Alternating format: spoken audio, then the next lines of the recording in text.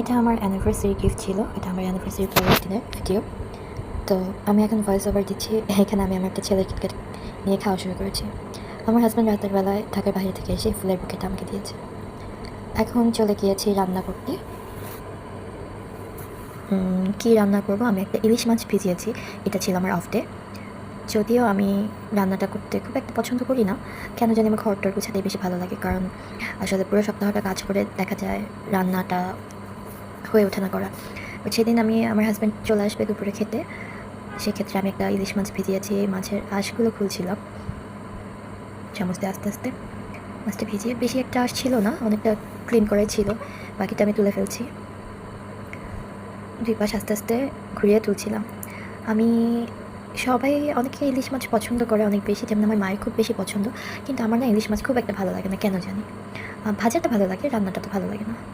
তো এটা ছোটো একটা ইলিশ, বাট ইলিশের টেস্টটা ভালোই ছিল। আমার অ্যানিভার্সারিটা ছিল এপ্রিলের 19 তারিখে, আর এটা ঠিক তারপরের দিন 20 তারিখে।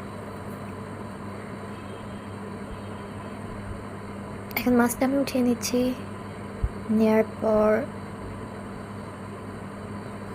আমি একটু জায়গাটা ক্লিন করে নিচ্ছি।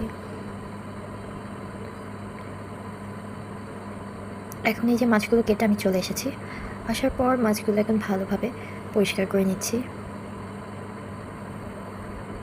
আমি প্রথম কোনো ভিডিওতে ভয়েস ওভার দিচ্ছি, জানি না কেমন লাগবে কার কাছে, বাট নিজের কাছে কেমন জানি একটু অদ্ভুত লাগছে। মনে হচ্ছে, আমার কাছে মনে হয় আমার ভয়েসটা তো ভালো না। তো এখানে মাছগুলো আস্তে আস্তে আমি সব পরিষ্কার করে নিয়ে তারপরে চলে যাব বাকি পরবর্তী কাজে। এর মাঝখানে আবার আমি পেঁয়াজ কেটে নিয়েছি।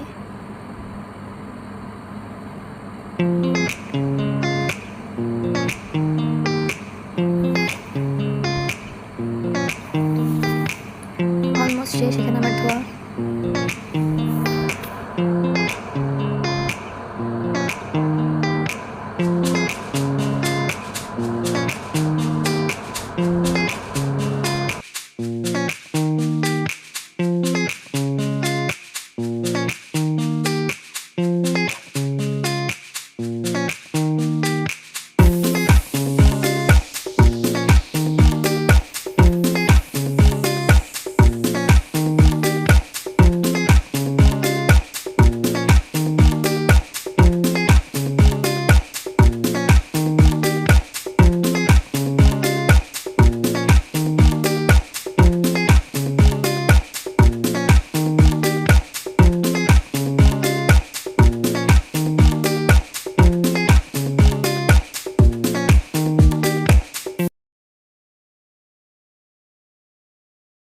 এসেছি রান্না করতে, টমেটো দিয়ে ইলিশ মাছটা রান্না করব।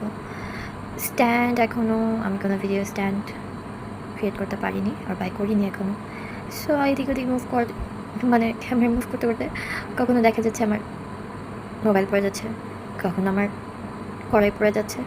এভাবে করতে করতে আমি অনেক কষ্টে পেঁয়াজ সাথে মশলা টমেটো দিয়ে এটা কষানো শুরু করেছি। মশলাটা ভালোভাবে কষানো হয়ে গেলে এই যে দেখেন তেল উঠে এসেছে। যদিও এখানে কালো কালো লাগছে, আই থিঙ্ক লাইটিংয়ের জন্য, লাইটিং ইস্যুস, বাট অ্যাকচুয়ালি কালারটা অনেক সুন্দর এসেছিলো, একদম কষানো কালার। তারপর অলমোস্ট আমার কষানো, আমি মনে হয় খুব বেশি অলমোস্ট বলছি, এখানে পানি দিয়ে তরকারির ঝোলটা কষানো হয়ে গিয়েছে। এখন শেষের দিকে আমি জাস্ট মাছগুলো ছেড়ে দিব। মাছগুলো ছেড়ে দিয়ে কিছুক্ষণের জন্য রাখবো, আর আস্তে আস্তে তেলটা উঠে আসবে।